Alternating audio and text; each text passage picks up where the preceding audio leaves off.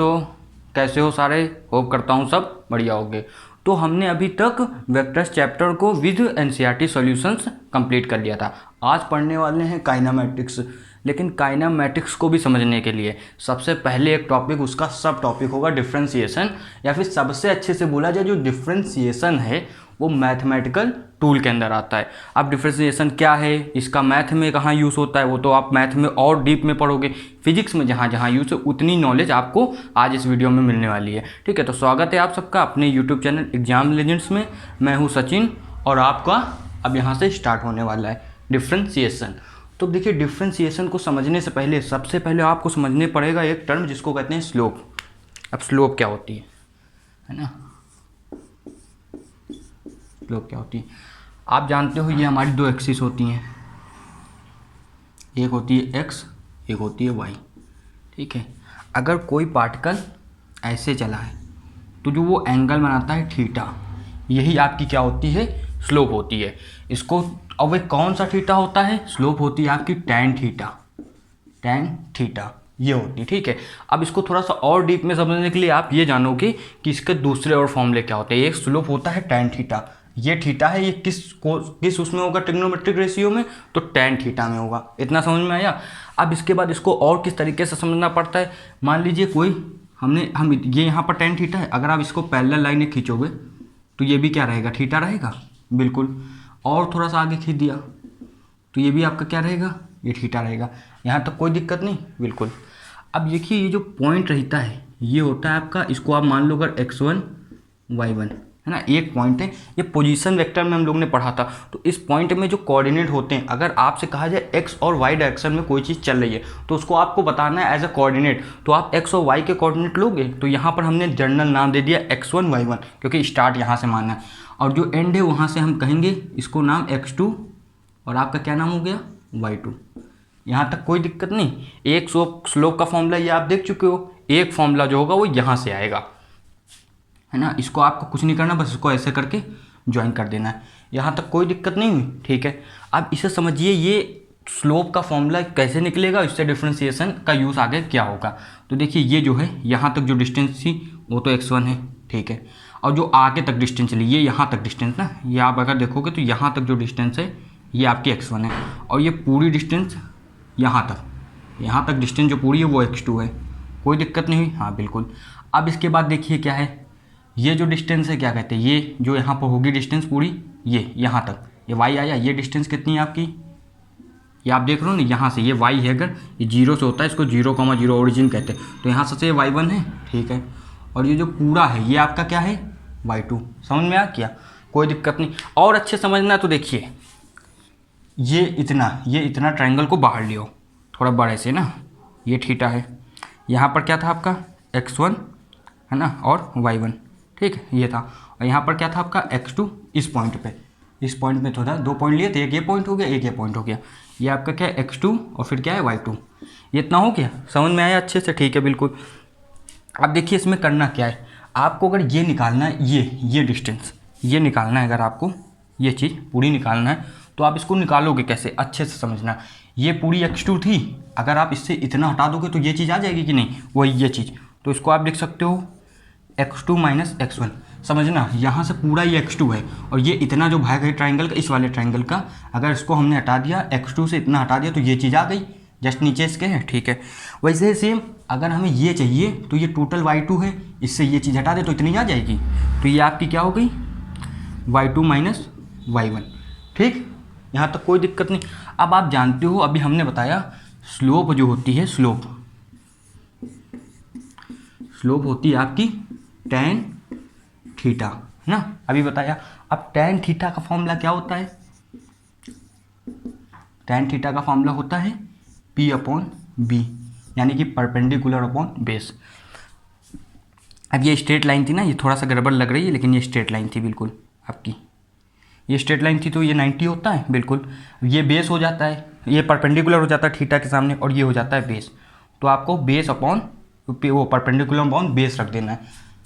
Perpendicular की value क्या है, y2 माइनस y1, है ना, और आपके बेस की वैल्यू क्या है, x2 माइनस x1।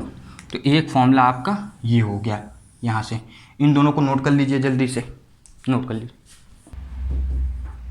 अब देखो आप लोग जो है, आपने ये तो समझ लिया, ये था कांस्टेंट स्लोप के लिए। अब ये कांस्टेंट स्लोप क्या होती है, अगर स्ट्रेट लाइन है तो एक आपकी ये थीटा यहाँ पर है ना, सेम थीटा यहाँ पर भी है ना। अगर आप पैरेलल लाइन खींचोगे एक्स एक्सिस के, ये वाई रहता है, और यहाँ पर भी क्या हुआ, ये सेम थीटा। यहाँ तक तो समझ में आया है। और इसके लिए जो फॉर्मूला आया है tan थीटा का, वो है हमारा y2 minus y1 upon x2 minus x1। ये 10th क्लास में एक चैप्टर नहीं है, 3rd चैप्टर, उसमें आपने थोड़ा बहुत पढ़ा होगा ये वाली चीज़, ये फॉर्मूला है ना। स्ट्रेट लाइन शायद तक चैप्टर उसमें पढ़ा होगा। स्ट्रेट लाइन तो 11th में, ये 3rd चैप्टर है उसमें पढ़ा होगा, लीनियर इक्वेशन में। अब ये चीज़ इतनी हुई आपको समझ में आई, यहाँ तो कोई दिक्कत भी नहीं है क्योंकि हम डेराइव कर चुके हैं आराम से। लेकिन अब यहाँ दिक्कत आ जाती है। मान लीजिए ये है, अभी वेलोसिटी के, एक्सलेरेशन के, टाइम के जितने भी ग्राफ हैं सब धीरे धीरे आप सीखोगे काइनेमेटिक्स चैप्टर में। लेकिन अगर वो समझना है तो जो बेसिक्स हैं, यानी डिफ्रेंसिएशन होता क्या है, वो आपको यहाँ पर समझना है। याद आया? अब मान लो जी ऐसे गई है, अब ये चीज़ ऐसे गई है, अब यहाँ पर देखना क्या होगा, यहाँ पर ये आपको ऐसे टेंजेंट बना के देखना होता। मान लो ये लाइन है तो ये हमने बनाया, ये थीटा आ गया, ठीक है। अब इस पॉइंट से बनाया तो ये ऐसे थीटा आ गया। अब एक जगह थीटा नहीं आ रहा तो कोई चेंज होगा। अगर यहीं पॉइंट बना दिया तो ये ऐसे। अब ये क्या है, सारे जो एंगल्स हैं सेम है? बिल्कुल नहीं सेम है। अब मान लीजिए एक पॉइंट यहाँ पर हमने कहा x1, y1, और इधर पर दूसरा पॉइंट हुआ x2, y2। ये चीज़ हुई। अब लेकिन ये चीज़ आप देख से बता सकते हो, यहाँ पर जो था वो सेम था, सेम लाइन में थे, ठीक है। लेकिन अब यहाँ पर अगर हम ऐसे पूरी लाइन खींच दें, ये वाली पूरी लाइन ऐसे खींच दें तो ऐसे चली जाएगी, यहाँ तो आ नहीं रही है। और जब एक सेम लाइन में नहीं है तो स्लोप बताने का कोई महत्व तो नहीं रह जाता, मतलब वो गलत स्लोप आएगी, है ना। स्ट्रेट लाइन हमको चाहिए उसके लिए। तो अब देखिए इसमें क्या, जो हमारे साइंटिस्ट थे उन्होंने जुगाड़ लगाया, है ना। इसमें न्यूटन का भी बहुत हाथ था, जैसा कहा जाता है। वो न्यूटन ने जब कैलकुलस वाला कॉन्सेप्ट दिया तो वो इसी के लिए दिया था, ठीक है। अब देखिए ये ऐसे आया तो भाई देखो उन लोगों ने कहा, साइंटिस्ट वगैरह, है ना, कि स्पेसिफिक तो है नहीं कौन एक हो सकता है, सबका थोड़ा थोड़ा योगदान है। तो उन्होंने कहा ये जो है कर्व है, स्लोप। अब इसको अगर स्ट्रेट बनाना तो आप ए पॉइंट को, जैसे ये ए था और ये बी था, ए पॉइंट को बी पॉइंट को बहुत पास ले आओ। अब जब ये पॉइंट बहुत पास आना है, वेरी वेरी क्लोज इसको कहते हैं, बहुत पास ले आना है। लेकिन हाँ, को वो नहीं कर देना, एक के ऊपर दूसरा नहीं, कोइंसिडेंट नहीं कर देना है, लेकिन आपको बहुत पास लेके आना है। अब ये ए बी के बहुत पास आ गया। अब ये स्ट्रेट लाइन दिख रही है। अब यहाँ से अगर आप स्लोप खींचोगे, ये देखो स्ट्रेट लाइन खींच जाएगी, ऐसा है अगर आप खींच के देखोगे। अब इस पॉइंट को आप बाहर लाओगे तो ये ऐसे, ये लगभग ये ऐसे आएगा लगभग स्ट्रेट लाइन ना। तो एक पॉइंट ये, एक पॉइंट ये, सेम। अब ये ए हो गया, ये बी हो गया, ये आपका क्या है x2। अब ये ए बी पॉइंट हो गया, ये आपका x1, y1, और ये आपका x2, y2। अब देखिए इसके लिए जो tan थीटा निकलेगा, इसके लिए जो tan थीटा निकलेगा ना, स्मॉल वाले के लिए, जो ए है मेरा, ये यहाँ पर ए है, यहाँ पर भी ये छोटा बना के दिखा रहे हैं इसलिए कि फील हो पाए कि छोटा है ना। अब शायद भले दिख भी ना रहा हो, लेकिन छोटा बना के फील लेना कि बहुत छोटा ट्राइंगल के लिए। तो ये जो tan थीटा, इसका जो थीटा आएगा उसको आप ऐसे डिनोट करोगे dy अपॉन dx से। जो dy टर्म है फिजिक्स में या मैथ में, वो यूज़ किया जाता है वेरी वेरी स्मॉल टर्म के लिए, स्मॉल चीज़ों के लिए ना। ये भी स्मॉल के लिए, वेरी वेरी स्मॉल के लिए। तो ये टर्म जहाँ आएगा वहाँ आप समझ लोगे, जहाँ इंटरस्टेनियस बात हो रही होगी एक पर्टिकुलर जगह पे, वहाँ पर भी इसी का यूज़ होगा। अब आप देखिए, आपको ये इतना समझ में आया, ये टर्म का ही हर जगह यूज़ होगा। अब डिफ्रेंशिएशन में इतना नोट कर लीजिए जल्दी से ना, इतना पूरा नोट कर लीजिए। चलिए अब ये तो समझ चुके कि tan थीटा जो होता है वो होता है y2 minus y1 upon x2 minus x1। यहाँ तक आया।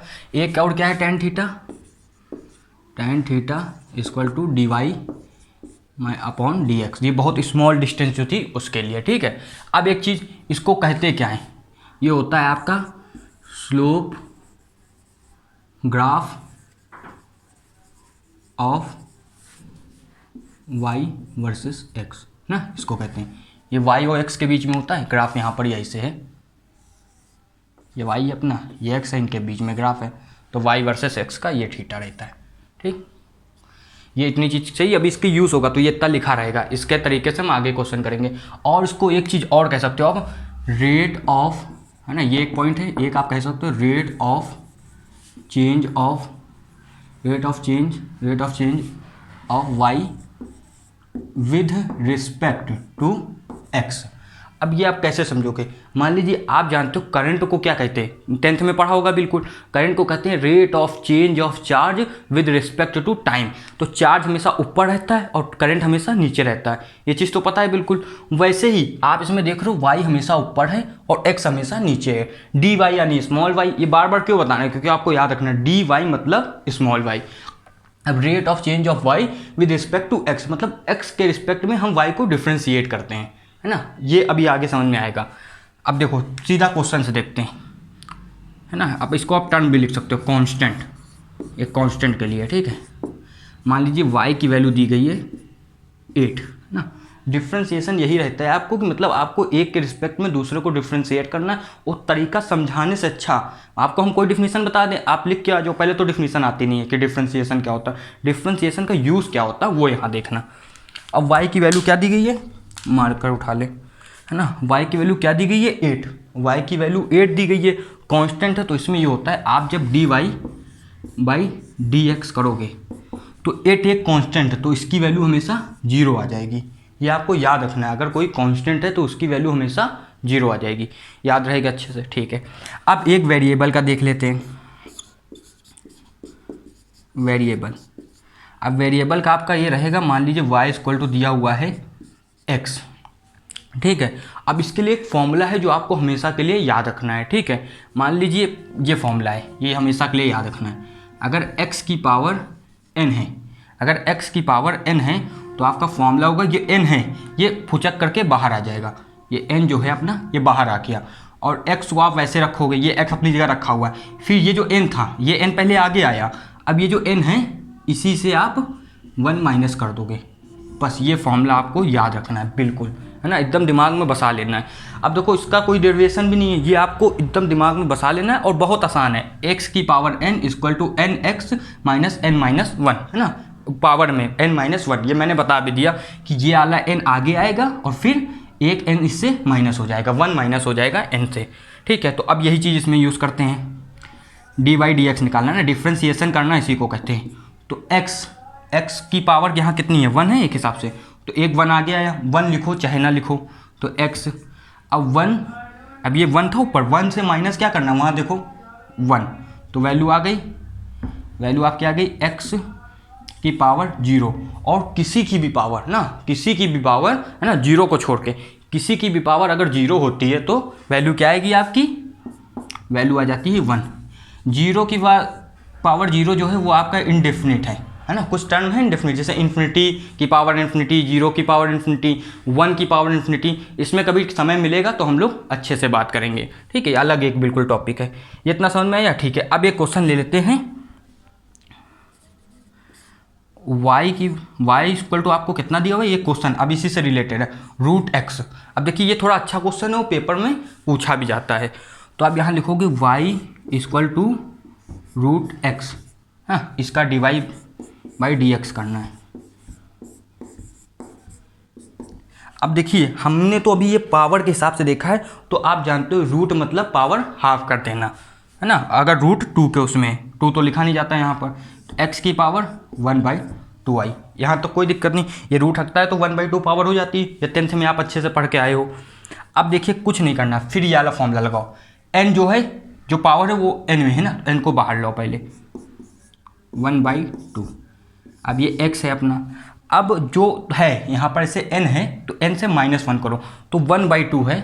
अब ये 1/2 है, इससे आपने -1 कर दिया, आधे से एक को हटा दिया तो आधा बचा, है ना, हाफ बचा, लेकिन माइनस का, ये तो पता ही है सिंपल सा।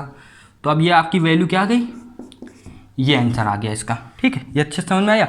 अब इसके एक बाद एक क्वेश्चन देखिए, इतना नोट कर लीजिए पहले जल्दी से। अब एक देखिए क्वेश्चन, ये आला थोड़ा सा अलग है लेकिन आप कर लोगे आराम से।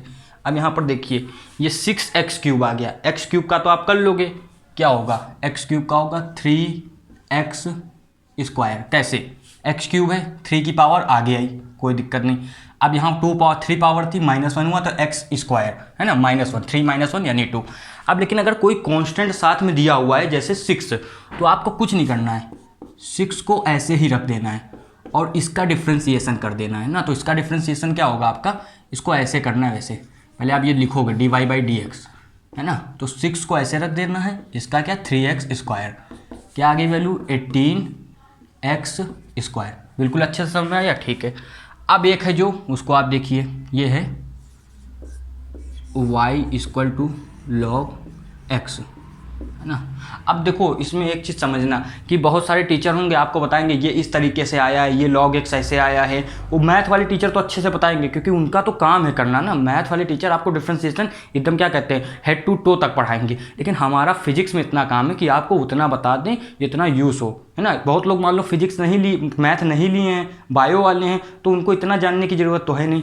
तो आप बस इतना जानिए अगर log x है तो उसका डिफ्रेंसिएशन जो है dy/dx log x का होता है। इसको ऐसे भी लिखा जाता है ना, आप याद रखना, dy की जगह log ex/dx, तो वैल्यू आ जाएगी केवल 1/x, ये याद रखना है, ठीक है। 1/x हो जाती है वैल्यू, ये आपको हमेशा के लिए याद रखना है। अब एक आपकी आई वैल्यू y ex, ये एक्सपोनेंशियल कांस्टेंट होता है ना, इसकी वैल्यू 2.7 हमने पहले भी बताई है, लगभग होती है, उससे अभी आपको मतलब नहीं। तो इसका डिफ्रेंसिएशन यू होता है, आपका होगा इसका डिफ्रेंसिएशन e की पावर x, बस। मतलब ये ऐसा ढीठ बच्चा है कि जितना भी मारो ये चेंज नहीं होगा, ये अपनी पर्सनालिटी नहीं चेंज करेगा। इसको हमने डिफ्रेंसिएशन किया, हिंदी में बोले तो तोड़ा इसको, लेकिन ये कह रहा कि हम e की पावर x हैं तो हैं, मतलब ये अपनी पर्सनालिटी को हमेशा रिटेन करेगा। वो होता नहीं स्कूल में बच्चा कि जितना भी मारा जाए लेकिन वो अपनी आदतों से बाज नहीं आएगा, वही है e की पावर x। अब ये इतना क्यों बताया, अब आपको ये याद रहेगा, पहले भले भूल जाते। अब ये आता है y a की पावर x, यहाँ पर जो a है वो है अपना कांस्टेंट। कांस्टेंट तो आप समझते हो ना, मतलब 11th में तो पता ही होगा, 1 2 3 4 5 6 नंबर सारे कांस्टेंट होते हैं। और x y z generally a b c को कांस्टेंट एज दिखाया जाता है और आपके x y z को एज अ वेरिएबल जो होते हैं जो कांस्टेंट के साथ हो। और वेरिएबल का मतलब ये भी होता है ए है तो उसकी वैल्यू फिक्स होगी, वेरिएबल माने जो वैल्यू है वो वेरीज कर जाती है उनकी, मतलब चेंज होती रहती, ठीक है। इसकी वैल्यू जो होगी है ना, फिर से ये dy/dx आप लिख सकते हो, इतना आप समझ तो गए हो। अब इसका dy/dx में वैल्यू क्या होती है, इसकी वैल्यू होती है आपकी a की power x log a, base की पावर यही रहता है। इतना आया। अब आप ये कहोगे लगभग दोनों सेम है, लेकिन इसकी पावर e की पावर x है केवल, और इसकी a की power x log base e a है ना। अब देखो इसमें क्या है, इसमें भी सेम यही लिखना है, log e की बेस e इतना है। लेकिन आप ये मैथ में पढ़ोगे इस पूरी की वैल्यू 1 हो जाती है, समझ रहे हो। सेम दोनों में कॉन्सेप्ट सेम है, लेकिन जब इस पूरे की वैल्यू 1 हो जाती है तो इसको चाहे हम लिखें चाहे ना लिखें, इसलिए इसकी वैल्यू ये रहती है, ठीक। इतना अच्छे से समझ में आया, इतना नोट कर लीजिए। अब देखिए डिफ्रेंसिएशन देखते हैं, डिफ्रेंसिएशन ऑफ ट्रिग्नोमेट्रिक रेशियो ना। ट्रिग्नोमेट्रिक आप जानते हो, sign tan cos, trigonometric ratios. तो देखते हैं, सबसे पहले जो आता है आपके मन में वो सबके मन में आएगा, y की वैल्यू अगर हो साइन x तो इसका डिफ्रेंसिएशन क्या होगा। देखो इसकी भी आपको लोग बताएंगे कि ऐसे ऐसे करके आता है सब, लेकिन पेपर में जाओगे वहाँ डेरिवेशन करने थोड़ी ना बैठोगे। तो मैं आपको सजेशन दूंगा कि इसको याद कर लो और थोड़ा समझाऊंगा भी कैसे याद करना है ना। तो इसकी वैल्यू आती है dy/dx, आप करोगे डिफ्रेंसिएशन तो इसकी वैल्यू आती है cos x, कोई दिक्कत नहीं, ठीक है। अब एक पैटर्न में लेके चलोगे तो हमेशा के लिए याद रहेगा। अब जैसे आ गई y की वैल्यू cos x है ना, अब cos x आ गई, cos x की वैल्यू आपकी रहेगी, अब ये dy/dx कर रहे हैं ना, इतना तो आप समझ गए हो, तो आएगी वैल्यू इसकी माइनस का साइन x। अब ऐसे समझना, साइन है वो कॉस देगा लेकिन वो माइनस वाला काम नहीं करेगा, निगेटिव काम नहीं करेगा, क्योंकि साइन अपना अच्छा बच्चा है और कॉस जो हैं वो बेकार बच्चा है, ऐसे समझ लेना। या फिर ऐसे समझना, सी नाम के जो हैं वो सब बेकार ही होंगे, अभी आगे समझ में आएगा, ठीक है। अब इसके बाद y इक्वल टू आ गया आपका क्या, tan x है ना, आपका आ गया sec x लिख लेते हैं, जो आपका सेक एक्स आ गया वो रहेगा सेक एक्स tan एक्स। ठीक, ये इतना हो गया, याद रखना है। सेक एक्स का देखो बहुत आसान है, सेक एक्स तो लिख ही दिया, साथ में tan एक्स भी। समझ में आया अच्छे से। अब इसके बाद क्या आ सकता है आपका कॉसेक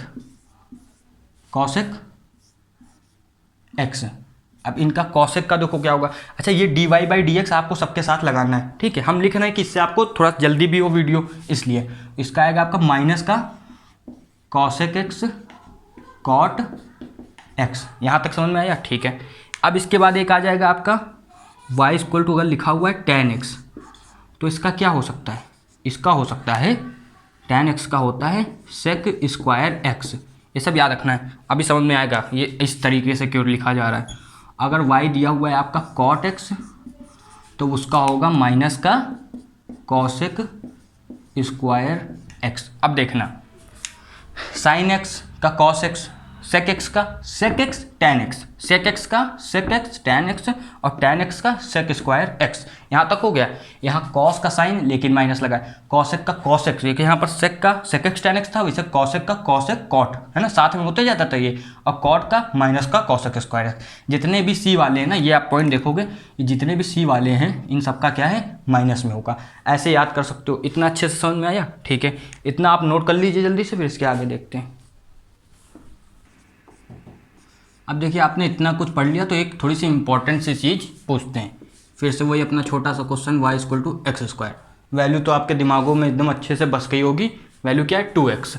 ठीक है, लेकिन अब मैंने पूछ लिया, ये तो value dy by D x की हुई। अगर यहाँ दिया हुआ है dy बाई डी आर, तो इसकी वैल्यू क्या होगी, ये आप सबको बताना है। तो देखिए, अभी तो पढ़ा नहीं है, तो अभी दिमाग में घूम रहा होगा, ये हो सकता है, वो हो सकता है, दुनिया भर के परम्यूटेशन कॉम्बिनेशन आ रहे होंगे। लेकिन हाँ, इसकी वैल्यू क्या हो सकती है, ये आप आज जान लीजिए। इसकी वैल्यू हमेशा 0 होगी। इसकी वैल्यू 2x नहीं हो सकती। क्यों? अगर यहाँ पर x है तो डिफ्रेंशिएट y, अगर x है तो ये हमेशा डिफ्रेंशिएट भी x के रिस्पेक्ट में होगा। अगर यह कोई क्वांटिटी x के टर्म में है तो यहाँ भी x होना चाहिए, नहीं तो इसे dr है, मान लीजिए किसी की रेडियस है, तो जो dr है ये इसको एज अ कॉन्स्टेंट क्या करेगा, एज अ कॉन्स्टेंट मानेगा। और जब ये इसको कॉन्स्टेंट मानेगा तो कॉन्स्टेंट की तरह इसके साथ बिहेव करेगा, है ना, ट्रीट करेगा जिसको कहेंगे। तो कॉन्स्टेंट की तो आप जानते हो डिफ्रेंशिएशन 0 होती है। यहाँ तक समझ में आया भी बहुत अच्छे से? ठीक है, अब इसके आगे देखिए, ये इतना नोट कर लेना। इसके आगे जो आता है अपना कॉन्सेप्ट, वो होता है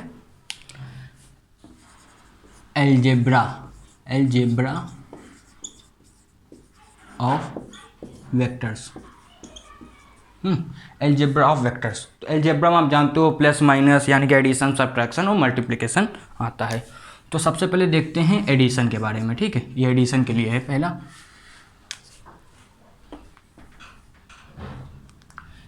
ये आपका एडिशन के लिए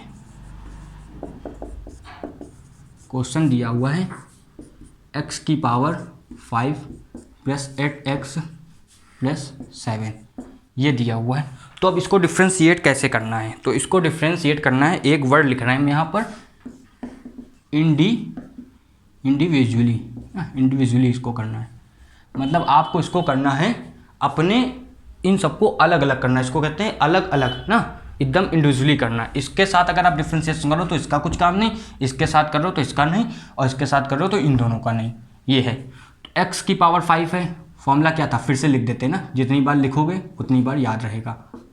n आगे आया, x की पावर n माइनस 1, n आगे आएगा, 5 आगे आया, x इससे एक पावर कम यानी कि 4 प्लस, अब ये 8 को ऐसे लिख देना है। x का तो याद कर लेना है, x का डिफ्रेंशिएशन 0 होगा, याद करो। x का डिफ्रेंशिएशन नहीं, 0 नहीं, x का डिफ्रेंशिएशन 1 होगा, x का डिफ्रेंशिएशन 1 होगा।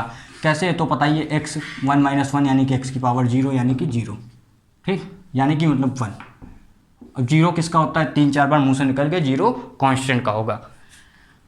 ये जिसे कांस्टेंट है इसका 0, तो वैल्यू क्या आ गई 5x की पावर 4, फिर क्या आपका आ गया यहाँ पर 8, बस इतनी आ गई वैल्यू, 0 को तो लिखते नहीं। ये इतना समझ में आया? ठीक है। अब इसके बाद जो क्वेश्चन है वो आप एक और क्वेश्चन करके देखिए। y की वैल्यू हमको दी गई है x क्यूब प्लस 8x, ये x क्यूब प्लस 8x, और फिर आपकी आ गई ये क्वेश्चन थोड़ा सा तो वैसा ही सेम हो जाएगा, थोड़ा दूसरा देखो। अब देखिए ये क्वेश्चन एक देखिए ना, वो थोड़ा सा सेम क्वेश्चन हो रहा था, x क्यूब, फिर आपका आ गया क्या ई की पावर एक्स, फिर लॉग एक्स और लास्ट में क्या कॉसेक एक्स।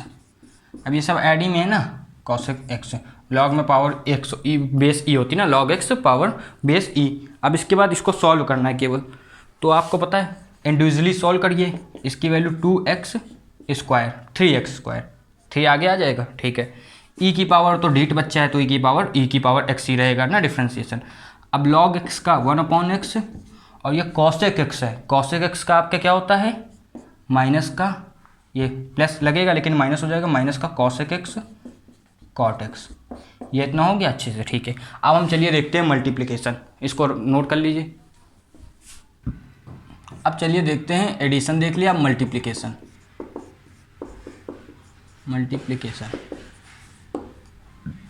मल्टीप्लिकेशन में जो आपका रहेगा सबसे पहले आएगा, मान लीजिए दिया गया एक क्वेश्चन x साइन x, ये दिया हुआ, ठीक है। तो आप इसको कैसे करोगे, अगर ये x प्लस साइन एक्स होता तो आप इंडिविजुअली कर देते, लेकिन इसमें जो होता है हमारा एक मेथड आता है, इसको कहते हैं UV मेथड ना, UV method, y equal to UV।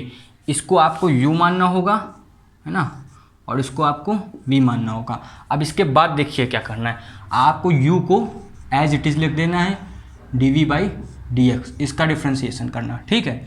फिर क्या करना है, आपको v को एज इट इज़ लिख देना है और आपको u का डिफ्रेंसिएशन करना है। ये आप पहले नोट कर लीजिए फॉर्मूला।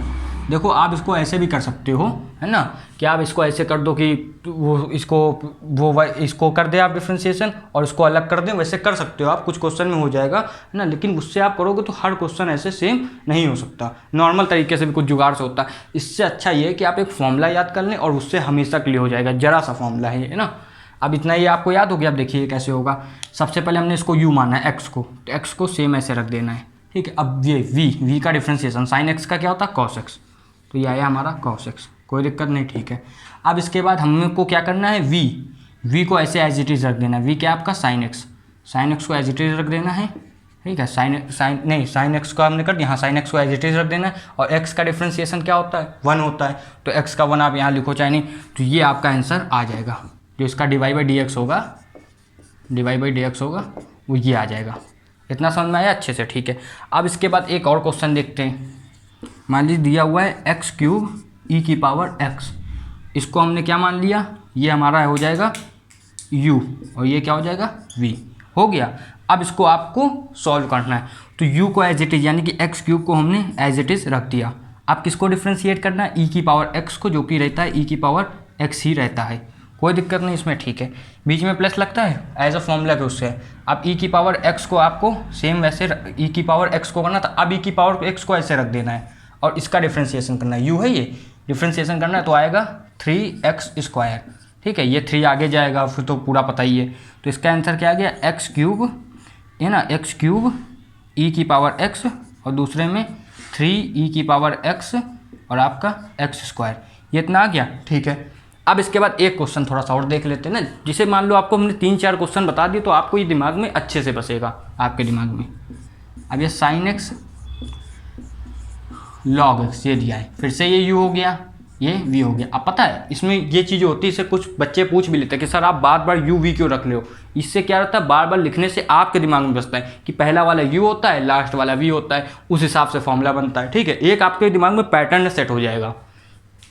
सेम साइन x को ऐसे रख देना है, लॉग x का 1/x होता है, ये अपॉन इसमें आ जाएगा, 1/x नीचे आ जाएगा। अब क्या करना है, लॉग x को ऐसे रख देना है, साइन x का होता है cos x, ये इसका आंसर हो गया, ठीक। इतना समझ में आया अच्छे से।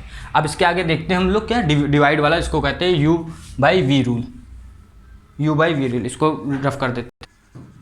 अब देखते हैं डिवाइड वाला, या फिर इसको ये भी कहते हैं v/u रूल, ठीक है। जैसे अब ये क्वेश्चन दिया हुआ है sine x upon cos x, sine x upon x है ना, सिंपल ले लेते हैं, इसे समझ में भी आए अच्छे से। साइन x अपॉन x लिखा हुआ है, तो इसको आपको इसको मान लेना है u, है ना, और इसको मान लेना है v।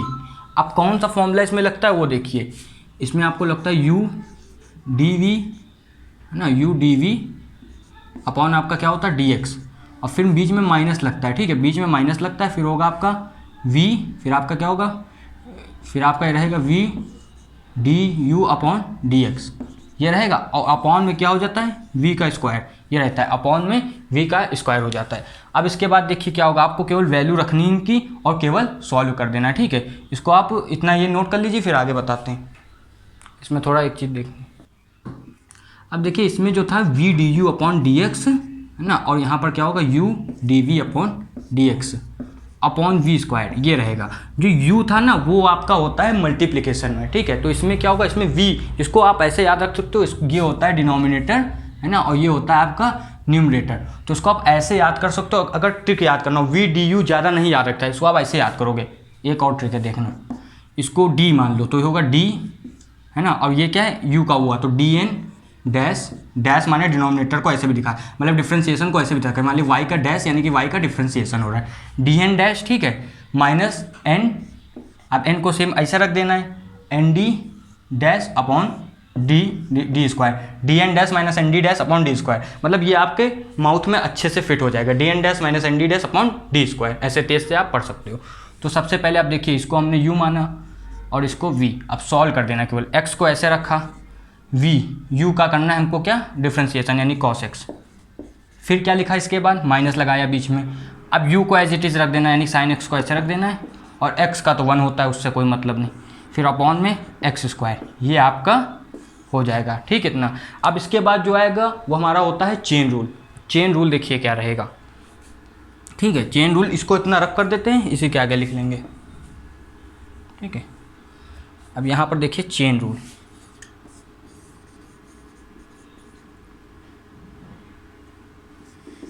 चेन रूल इसमें ये रहता है कि मान लीजिए 2 टर्म एक साथ दे दिए हुए हैं, तो इसमें कन्फ्यूजन रहता है थोड़ा, तो उसके लिए चेन रूल बना है। चेन रूल में ये रहता है कि आपको एज्यूम करना पड़ता है ना, इसको हिंदी में कहते हैं मान लो, तो एज्यूमिंग मेथड जो होता है वो चेन रूल होता है, इसको कहोगे एज्यूमिंग, एज्यूमिंग, ठीक है, ये रहेगा।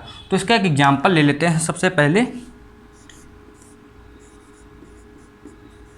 अब इसमें समझना, आपको अंडर रूट के अंदर अगर x होता तो उसका पता है डिफ्रेंसिएशन, है ना, 1 का पता है, कांस्टेंट 0 होता है। अंडर रूट के अंदर कोई क्वांटिटी होती उसका पता होता है x है अगर, और x स्क्वायर का अलग से पता है, लेकिन इसमें चीज़ें मिक्स हो गई हैं, तो कुछ नहीं करना है। अगर अंडर रूट, देखिए यहाँ पर अगर अंडर रूट x होता तो आप डिफ्रेंसिएशन आराम से कर लेते, x की पावर को 1/2 मानकर, ये कर सकते थे ना। अब आप इसी को ऐसे एज्यूम कीजिए कि ये x की पावर ही मतलब x ही अंडर रूट के अंदर है, इस पूरे को एज ए x ट्रीट करना है, बस यहाँ बात आपकी पूरी हो जाएगी। तो यहाँ पर हमने ये लिखा, ऐसे ये क्वेश्चन था ना, चेन रूल कर रहे हैं, x स्क्वायर प्लस 1 ये है, तो इसमें आप इसको ऐसे लिख सकते हो, x स्क्वायर प्लस 1 की पावर 1/2, ठीक है। सेम वैसे ट्रीट करना, इसको x मानो, तो ये चीज़ पहले सबसे आगे आ जाती है ना, इस फॉर्मूले की मदद से फिर से लिख देते हैं, x की पावर n आगे आ गया, x n-1, ये होता है फॉर्मूला, ठीक है। तो 1/2 आगे आया, अब आया आपका x स्क्वायर प्लस 1, 1/2 से आपने -1 किया तो आ गया माइनस का 1/2, कोई दिक्कत नहीं, यहाँ तक आपने कर दिया। आप कहोगे क्या चेन रूल है, चेन रूल में जो बचा है उसको फिर से डिफ्रेंशिएट करो। अब इसी को तो हमने x माना था, तो इसको अलग से डिफ्रेंशिएट करना है। x स्क्वायर को आपने डिफ्रेंशिएट किया, ये पॉइंट मतलब मल्टीप्लाई है, 2x हुआ, और 1 का डिफ्रेंशिएशन 0, तो ये ऐसे होता है। आया समझ में, ठीक है। अब इसके बाद एक और क्वेश्चन देख लीजिए और अच्छे समझ में आ जाएगा, इसको रफ करते हैं। अब यहाँ दिया गया है sin x स्क्वायर, है ना, 2 क्वेश्चन से आपको ये अच्छे से दिमाग में चेन रूल बस जाएगा। अगर यहाँ sin x होता केवल, तो आप तुरंत बता देते cos x है, तो cos ऐसे ट्रीट कीजिए, ये जो x स्क्वायर है इसको एज ए x मानिए और काम अपना डिफ्रेंसिएशन चालू कीजिए। अब इसे dy/dx लिखा है, तो ये कितना होगा, sin x का डिफ्रेंसिएशन क्या होगा, cos x स्क्वायर हो गया, ठीक है। अब मान ली जिसने जगह ली है उसको डिफ्रेंशिएट करो, x की जगह किसने ले ली, x की जगह x स्क्वायर ने ले ली, तो x स्क्वायर को अलग से आप ट्रीट कीजिए ना, ये रहता है। अगर कोई किसी की जगह ले लेता है तो आप क्या कहते हो, या तो उससे पहले प्यार से मनाते हो या कहीं कोने में ले जाते हो, उसको देना पड़ता है कि भैया तुम किसी की जगह कैसे ले सकते हो, मतलब ये याद करने का तरीका है। तो x स्क्वायर की जगह x की जगह किसने ली है, x स्क्वायर ने, तो इसको आपको साइड में जाके तोड़ देना, इसको कहते हैं डिफ्रेंशिएट कर देना, ये वैल्यू आ गई, ठीक है। अब देखिए यहाँ तक हो चुका है आपका पूरा लेक्चर डिफ्रेंशिएशन का। अगर इसके क्वेश्चन आप कुछ अपने मन से भी लगाइएगा, इंटरनेट में आपको आराम से मिल जाएंगे, ठीक है, वो क्वेश्चन लगाइएगा इस कॉन्सेप्ट को समझने के बाद। जब डिफ्रेंशिएशन बहुत अच्छा हो जाएगा तो आपको काइनामेटिक्स, इसको कहते हैं काइनामेटिक्स को, चैप्टर को motion in a straight line, है ना, दूसरा नाम है, पढ़ने में बहुत मजा आएगी। डिफ्रेंशिएशन के बाद एक कॉन्सेप्ट और है इंटीग्रेशन का, वो और समझ में आ जाए तो आपका चैप्टर समझ लीजिए, मतलब समझने में, काइनामेटिक्स समझने में बहुत आसानी होगी। जब तक के लिए आप क्या करेंगे, पढ़ाई करते रहेंगे, इसके सवाल लगाएंगे, इंटीग्रेशन का थोड़ा चाहे पढ़ लेना, मतलब अपने पहले से थोड़ा सा आप पढ़ोगे तो आपको और अच्छे से समझ में आएगा। जब तक के लिए आप पढ़ाई करते रहेंगे, लाइक शेयर सब्सक्राइब करना मत भूलिएगा, अपने दोस्तों को शेयर कीजिएगा वीडियो, क्योंकि जिससे उनकी भी मदद हो सके। जो नीड है, जो भाई कोचिंग नहीं जा सकते, उनके लिए आप उनके मतलब सहारा बन सकते हैं अगर आप ये वीडियोज़ भेजेंगे। कम ड्यूरेशन में है तो उनको अच्छे से समझ में भी आएंगे। जब तक के लिए पढ़ाई करते रहिए। जय हिंद।